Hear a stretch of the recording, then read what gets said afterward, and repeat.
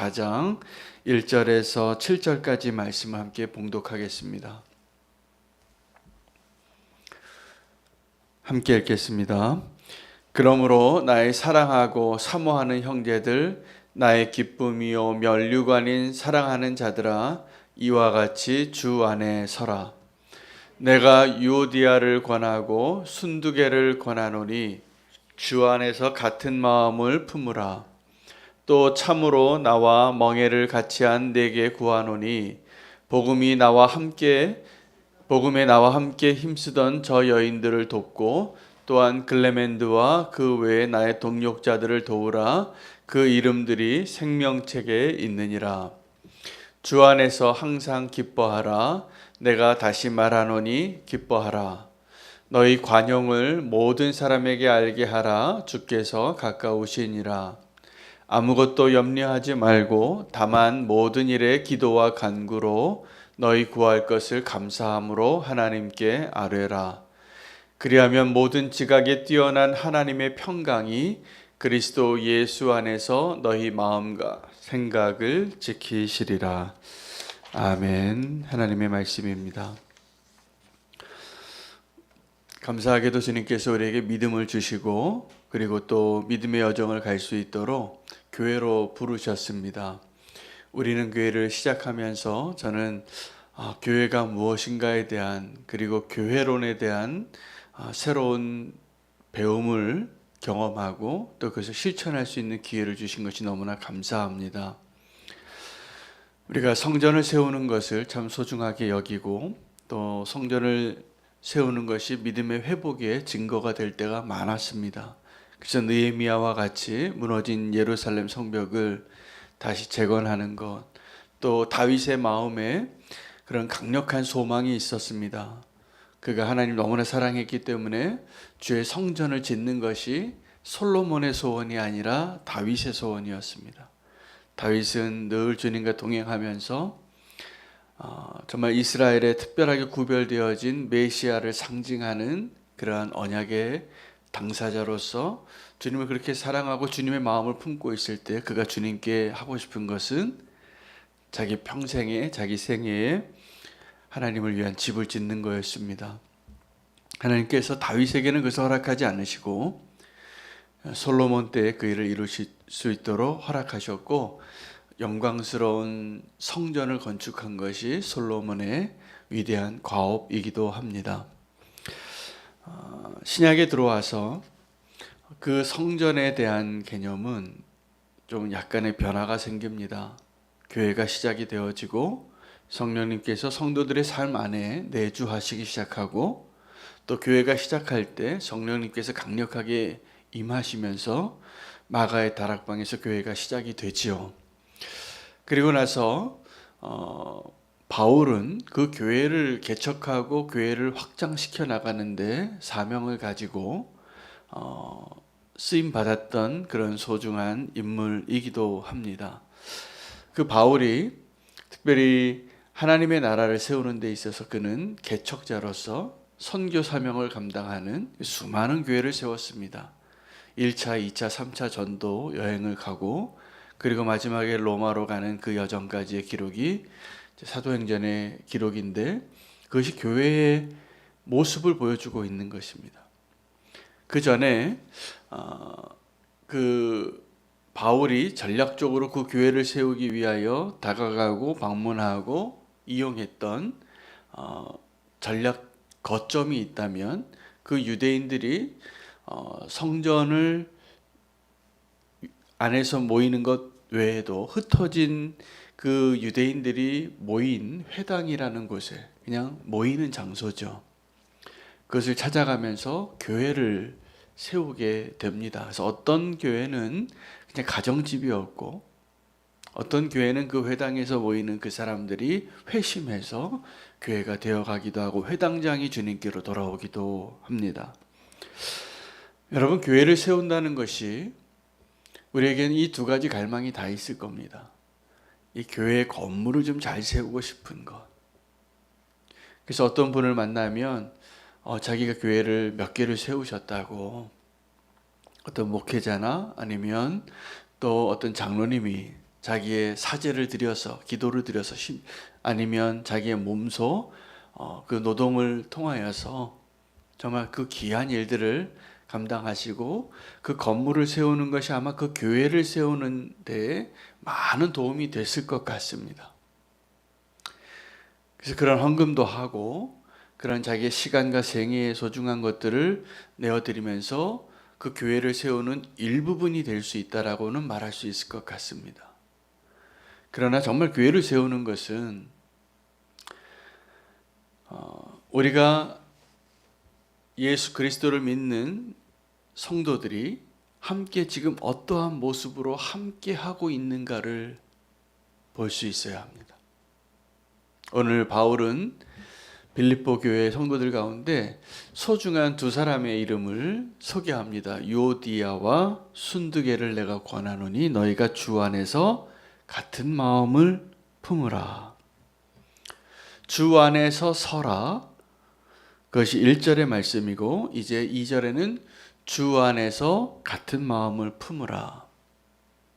여러분, 이게 보이지 않는 교회를 세우는 순서입니다.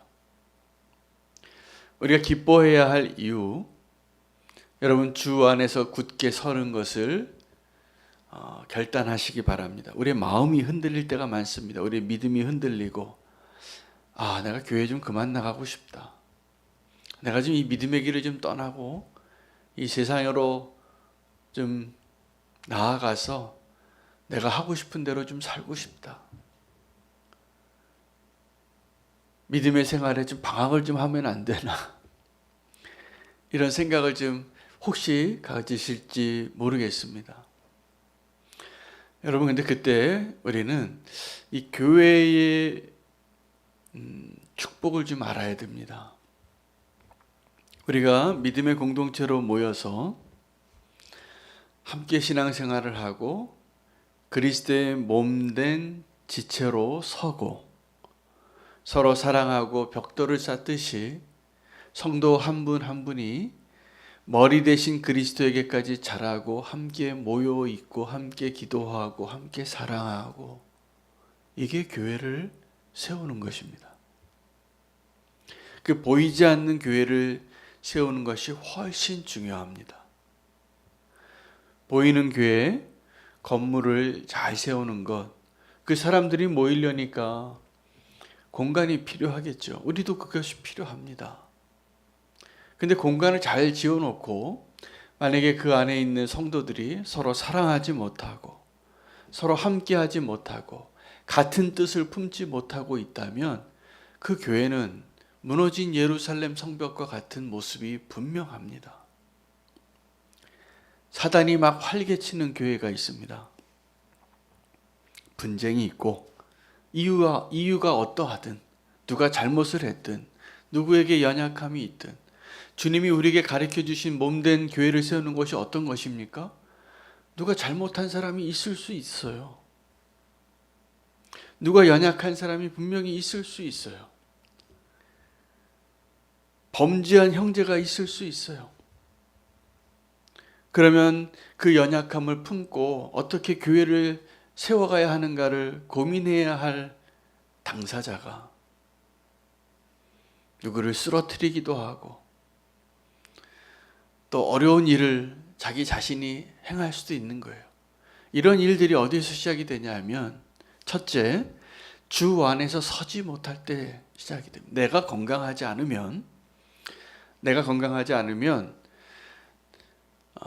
교회를 위태롭게 하는 겁니다. 내가 교회잖아요.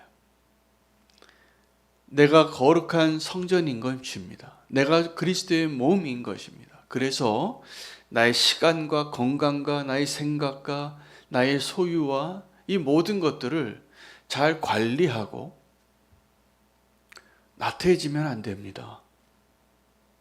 나 한 사람 무너지면 괜찮겠지. 이런 생각하시면 안 됩니다. 나 한 사람 정도 좀 주님이 원하지 않는 모습으로 정직하지 않아도 되겠지. 천만에요. 그 한 사람 때문에 전쟁에서 패하고 그 성벽이 무너지는 것이 거기서 시작이 되어지는 거예요. 주님 앞에 나 한 사람이 온전한 믿음으로 서는 것을 위해서 그것을 작은 일로 여기지 아니하고 결단하시기를 축복합니다. 주 안에서 서는 것이 첫 번째 일이라면 그 다음에는 주 안에서 같은 마음을 갖는 것이 중요합니다. 요디아와 순두개가 어떠한 사람인가? 복음을 위해서 힘쓰던 아주 유력한 사람들이었어요. 중요한 인물들이었다는 거죠. 헌신된 사람들이었고. 근데 중요하고 헌신되고 하나님 나라의 중요한 그 사람들이 같은 마음을 품지 않으면 어떻게 되겠습니까? 교회마다 장로님들이 계신데 그 장로님들을 이제 임직할 때 소개하는 좋은 책이 있어서 제가 장로님들께도 필독서로도 부탁을 드리고 저도 한번 읽어봤습니다. 근데 장로님들 가운데에는 목사님을 좀 견제하는 것이 장로의 사명이다라고 생각하는 이상한 사명을 가지신 장로님들도 계세요. 근데 그것이 정말 건강한 교회를 세우는 것일까? 그렇지 않습니다. 그래서 좀 반대를 하고 목사가 혼자 전행하는 것을 막아야 되는 것이 장로의 사명이다. 그렇게 주장하는 분들의 이야기를 종종 듣습니다. 물론 목사님도 사람이니까 연약함이 있을 수 있기 때문에 그래서 잘 견제하고, 그러나 그리스도의 사랑 안에서 그 일이 기도하고 세워져 가야 하는데, 만약에 어떤 교회가 있는데 그 교회에 교회 지도자라고 세워주신 목회자와 장로님이 하나 되지 못한다면 그 교회는 건강하게 세워질 수 있는 교회가 못 됩니다. 그래서 어떻게 하면 장로님들을 좀 도와드릴 수 있을까? 어떻게 하면 목사님을 좀 도와드릴 수 있을까? 이런 마음으로 서로 같은 마음을 품어야 하는데 그 같은 마음을 품지 못하고 신앙생활을 하면 결코 행복하지 않습니다. 와서 예배드리는 게 은혜가 되겠습니까? 사랑하지 못하면. 또 교회에 유오디아와 순두개가 많습니다. 어떤 집사님이, 어떤 권사님이 서로 유력한 분이 아주 헌신된 분들일수록 경쟁을 해요. 내가 더 인정받고 사랑받고 내가 더 좋은 성도라고, 하나님 앞에 헌신된 성도라고. 그 열심은 잘못된 열심입니다. 그 유오디아와 순두개가 겉으로 보기에는 아주 신실하고 충성되고 헌신된 사람들이었는데 서로 같은 마음을 품지 못했어요. 바울이 그것을 알았던 겁니다. 그래서 권면해요. 부탁해요. 좀 주 안에서 같은 마음을 좀 품으라. 하나님 우리를 너무나 다르게 만드셔서 한 사람도 같은 얼굴이 없고 같은 성격이 없고 같은 지문이 없고 같은 홍채가 없고 한 사람 한 사람이 너무 특별하죠. 근데 하나님께서 그 특별하고 다양하게 만드신 이유는 성령 안에서 서로 하나됨을 누렸을 때 더 멋진 존재가 되기 때문에. 교회에는 다양한 은사들을 가지고 다양한 배경을 가지고 다양한 생각을 가지고 함께 그리스도를 섬기기 위하여 부름받은 사람들 모두가 필요합니다. 보면 좀 연약한 사람을 위해서 우리가 조금 더 배려하고 기다려주고 사랑하고 섬길 때 그 공동체가 아름다워집니다. 그러나 그 공동체가 좀 앞장서고 내가 목소리가 크고 내가 더 뛰어나다고 생각하는 사람들이 이야기하는 대로 움직이다 보면 그 교회 공동체는 꼭 문제가 생겨요. 제가 목회를 하면서 배우는 게 연약한 사람들을 위해서는 그게 문제가 되지 않아요, 도리어. 연약해 보이잖아요, 벌써. 그럼 저분에 대해서는 그냥 도와주고 기도하고 품어주면 돼요. 근데 정말 교회를 위태롭게 하고 교회를 흔드는 경우는 언제냐면 똑똑하고 잘난 분들이에요. 그 똑똑하고 잘나고 헌신되고 정말 많은 일을 하는 사람들이 너무 하나님이 원하시는 것보다 더 지나칠 때 문제가 생기더라. 저도 보니까 말씀을 전하는 것 외에 교회를 세우기 위하여 성도님들에게 부탁드릴 때 보면 죄송하게도 제가 이것 좀 하지 마시라고 할 때가 훨씬 많은 것 같아요. 이거 정말 더 하고 싶어 하시는 분들을 제가 말릴 때가 더 많아요. 전체를 위해서. 여러분, 유오디아와 순두계가 제가 보기에는 아주 헌신된 유력한 사람들이에요. 이 빌립보 교회.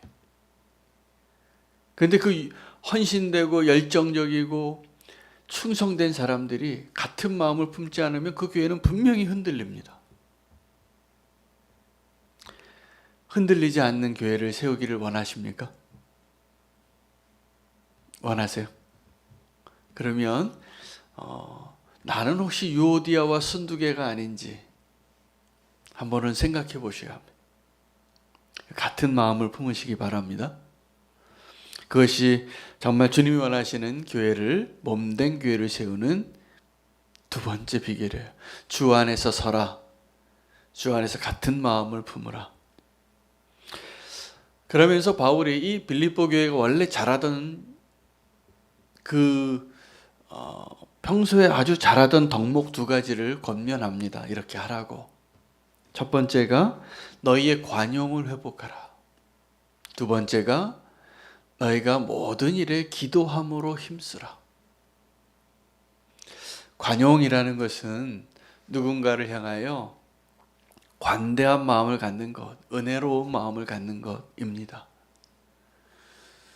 아마 이 유오디아와 순두계와 같은 사람들을 향한 그래서 그것 때문에 기쁨을 잃어버린 그 교회 공동체를 향한 그 은혜의 말이기도 하고 그것이 해결책이라고 생각해서 아마 권면한 것 같아요. 너의 관용을 더 드러내라.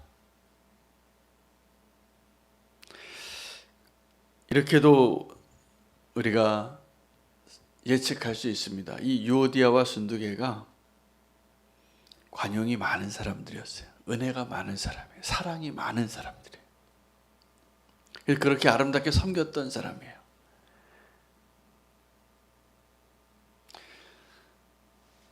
그런데 같은 마음을 품지 않으면 기쁨을 잃어버립니다. 근데 그 선한 일을 하면서도 같은 마음을 품지 않으면 그 은혜가 사라집니다. 그러니까 우리가 주 안에서 서고 주 안에서 같은 마음을 품는 게 얼마나 중요한지 모르겠습니다. 흔들리지 않는 교회, 주님이 원하시는 교회를 세워가는 것, 성도 한 사람 한 사람이 그리스도를 닮아가는 것과 더불어서 그 성도 한 사람 한 사람이 서로 연합하여 몸된 지체를 세워가는 것, 이게 교회를 건축하는 거예요. 이게 교회 개척이에요. 저는 이걸 아주 많이 느끼고 있어요.